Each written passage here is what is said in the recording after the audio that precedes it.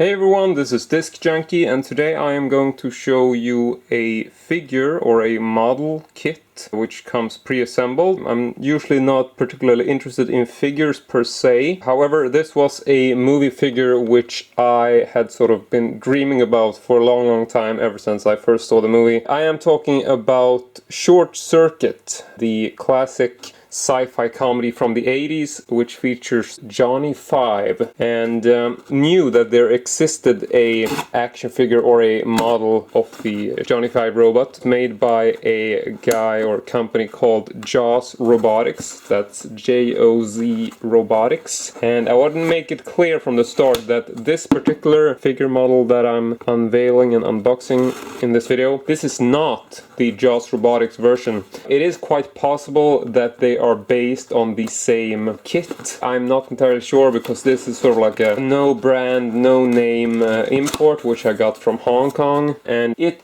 does some things which the Jaws Robotics version does not. I haven't been able to compare them side by side, but I am really happy with the quality on this, and thought I would just unbox it to show you what it looks like. And there were different versions you could get. I decided to get the pre-assembled, pre-painted, which, you know, it's all finished, and this comes pre-installed with the electronics in it, so it is actually a radio controlled version, so you can actually drive this around, and I'm going to show you that as well. So just taking it out of the box like this, and there's a small extra box in there as well, but I'm going to get to that in a second. So let's see. First we have the robot, and this is a plastic kit. I just want to make that sure it's not metal or anything. It looks quite professional. Comes in this, you know, plastic mold. Get this out of the plastic, which can be a little bit difficult. Just want to try to do this, and you want to be careful with like the head and all, because the head is actually quite tightly squeezed in there. And there you go. Alright, as for the model, like I said, it comes pre-assembled, so there's not too much you have to do. And looking at the movement here, you have arms which move like this, up and down, all the way around. As you can tell, there is sort of like a bit of, I don't know why they put in this here, maybe it's to keep it from damage in shipping or something, but there's like this little gooey stuff there, which I guess is like some sort of glue, but I basically just peeling this off because, quite frankly, the arm, you know, goes in there quite well anyway, and you can position it still, so I just felt that it looked ugly, so I'm gonna actually remove that. I don't know if it's meant to still be there or if you're gonna throw it away, but I'm throwing it away. Alright, so arms are, you know, they are loose, so you can easily take them out. And in terms of bending, they do bend like this as well. And each hand also has 3 fingers, where one is actually fixed, but the other ones can move individually, so you can pose it very much the way you want. You can also twist the arms like this. There's a twistable joint at the middle, so you can sort of make the figure do all kinds of stuff, which is really cool. Looking at the other things you can do, the figure does move here at the middle, and this is also part of the radio control. You can do stuff with that as well. You know, you can move the head, but it just swivels back and forth. There's no sort of tilting motion. And you can also see that it has these wires running on the outside, and these are actual wires from the head all the way down to the base, and these are obviously there for the radio controlled part and other things happening. But apart from that, you know, the model does come sort of pre-installed, like I said. There's a swiveling wheel at the back which does move, very much like in the movie. There are actual rubbery tank belts, or what you want to call them, which also move. There's sort of like a speaker here, which is for like a built-in soundboard, which was also optional. I mean, if you just get the kit, then you don't get like the soundboard and the RC thing. But I thought we would just go ahead and take a look at the other stuff which came in this box. I don't know what they used for glue to glue this box, but it was a good fucking glue. So this is the little box that comes with it. So I'm guessing you're wondering, like, okay, so what's actually in this box? Well, just gonna go ahead and get to that. You might be wondering why this was a model which was so interesting to me, and I mean, for one thing, I love the movies. I remember them very fondly growing up, but if you know anything about these movies and you've been researching these toys, you will know that this is one of those figures which doesn't exist. They are very sort of prominently featured in the movie. In the film there is actually a radio control version, which, you know, you can't buy. It was made for the film. You know, there has never been any toy line or any kind of official products made for this film. There's no toys whatsoever that you can purchase. And I always wanted one, you know, because it's such an awesome figure, and you know, there should be toys. I don't know if it's like a rights issue or whatever, but so yeah, you can't get any official product for this toy. I just want to mention that. So anything you're gonna get is gonna be, you know, off-brand, custom-made, and in terms of that, I think this is a really good choice. Here is the control. It's very basic and very sort of not particularly high quality looking, as you can say. It doesn't have any branding on it, and you will need to install a couple of batteries. These regular square shaped that you can get any typical store, and you have to undo the little box here. Regular screwdriver. So once you've loosened this, got these little things sticking out there, so you have to pull it out to the side. Here's what it looks like in the interior. Take a battery, and I was sort of thinking like, okay, so that's it, but there is actually a second battery. Actual toy requires a battery as well. Try to just cramp the wire in as much as possible. You should be able to close the hatch pretty close, but truth be told, the hatch is actually not the best fit. Once you close it up, it doesn't actually align very good, but it does work, and it's, you know, for me, I didn't think it was too big of a problem. Then you have the secondary battery. You got an exactly identical latch here, so you just undo that as well. It looks exactly the same, and then you just have another wire, add the battery, and put it back in. And this latch is actually a much better fit. As you can see, this doesn't look off in any way. And next up, I'm just going to show you what's in this little package. These are basically all the accessories that you get.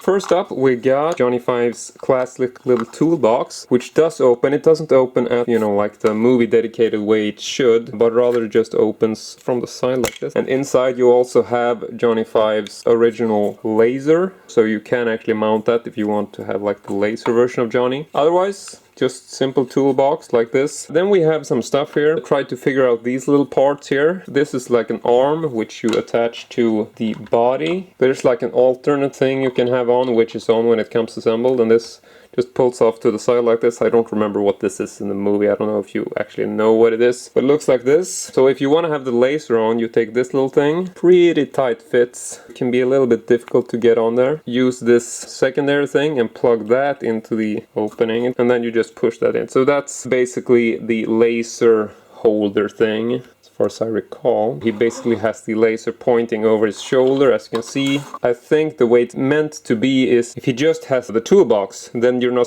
gonna use the entire arm, and then I think he's just meant to have the box on like so. But you know, I can't remember. I mean, they fit both ways, even if you want the full arm or the half arm or whatever. Just move the arm there and get the toolbox on. It's all up to you how you wanna make Johnny Five behave. There's not much left, but we do have this little bag, which is basically the only thing that's a little bit more difficult to install. The eyelids or eyebrows, basically 4 lids. You have the bottom eyelids, which are pretty easy to put on there because they actually come with tiny little holes right there. Not the holes underneath the eyes, but the holes on the side there actually go together with the small plastic studs coming out of the eyelids. So you basically just take them from the side and sort of jam them in there. They're not on there tightly, but they do stay. It's not like they're falling off, so there you can sort of see what they look like. And these obviously don't move at any kind of angle, they just move the same way the head does. They just move back and forth, don't actually tilt that way, so to speak. Now, these secondary lids, which are the top lids, they look like this. They also have this little stud on them, but as far as I can tell, can't focus on this, there we go. As far as I can tell, this stud doesn't actually do anything, because you are in fact meant to use, and there was no instructions for this, so I sort of had to ask online. You are basically supposed to use this small strip of wire, which not even sure if I can show you. There we go, okay. Take a typical pair of pliers and just squeeze this end together so you get a really sharp bend. Then you are going to take some typical modeling glue, and you're basically going to take the eyelids, glue the wire in like so. And once you've done that, you're going to take the wire and you're going to take the end with the bend on it, and you're going to put the wire into the small hole right in between his eyes there. This is a terrible video. And then you're just going to glue it in there, and that way he's going to have, like, you know, a couple of eyelids which you can sort of bend a bit because this wire is, you know, sort of positionable, go up or down, or, you know, but, you know, it's not any sort of advanced mechanic. But that is basically the only installation you're going to have to do in terms of actual sort of classic assembling. Take these things away, and finally just gonna show you what this thing looks like when it's driving around. Let's just try to get your arms in a good way, like so maybe. Right. The batteries are in this, the batteries are in that. Now before you can actually drive him, you need to do one more thing. There is actually a small on-off button on the base. You move that to the side. And you'll notice that then he actually has flashing eyes. And these are, you know, it's just two positions. You can't turn off the eyes if you want to, and you know, it's very sort of, you know, just it's either or. Either he's on or either he's off. You know, you can't do much with it. And then we have a different set of keys. And I can't really remember which is which now. And once you push a button, I'm just going to show you. I'm going to push this.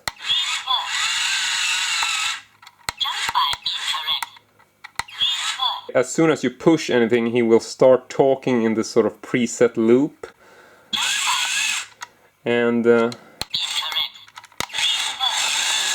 I mean, he can turn if he's on a good enough surface, but now he's on like this, I don't know, not the best. It's a very sort of, it's like one of these wide out curtains, so not the best material for him to drive on. But the way it basically works is you have back and forward for both of the bands, which means that you can sort of spin them around if you do the opposite like this. You can see, so that actually works. And then if you want to move him forward, you just use both of the forward buttons, because then both of the bands will move the same way.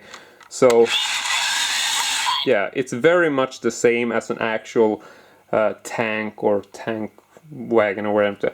Oh, I just realized something.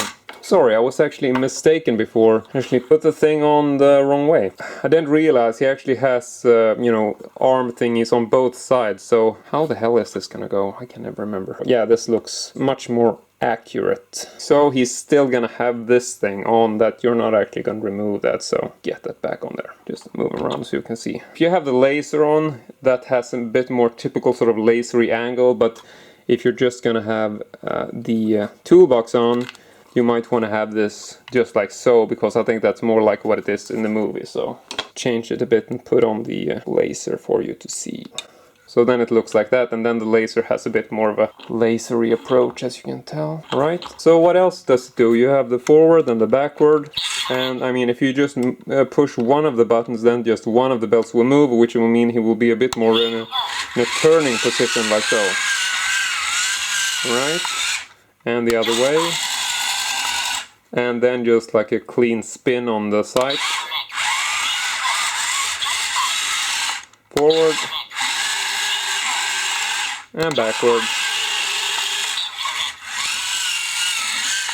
So yeah, he is actually surprisingly movable in terms of the RC controls, except of course that, you know, he has to be on a good material. I don't think he moves too well on like gravel and stuff, but I haven't really tried. But overall, I do really like the quality of the movement. And there are two more buttons here, which they actually do something. I'm gonna try to move him up here just so you can see the action that it does. If I push the right one, it does this.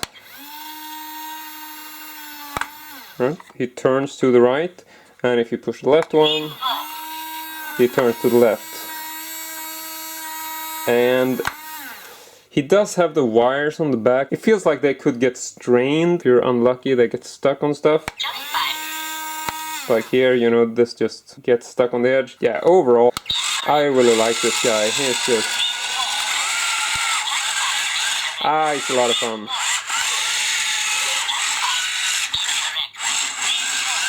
Hey, come back here. Don't fall off your head.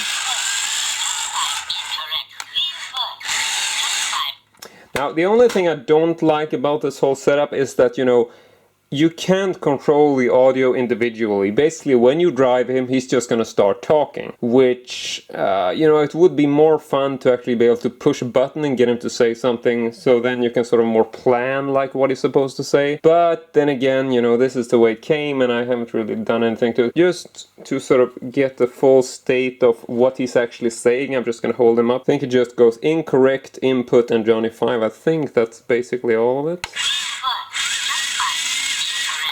If you hold these two buttons at the same time, which are basically the swivel left and right, If you hold those at the same time, I don't know if that's bad for the unit, but if you do that, then he won't actually do anything, he will just say the word. So just go like this. Johnny 5. Incorrect. Input. Johnny 5.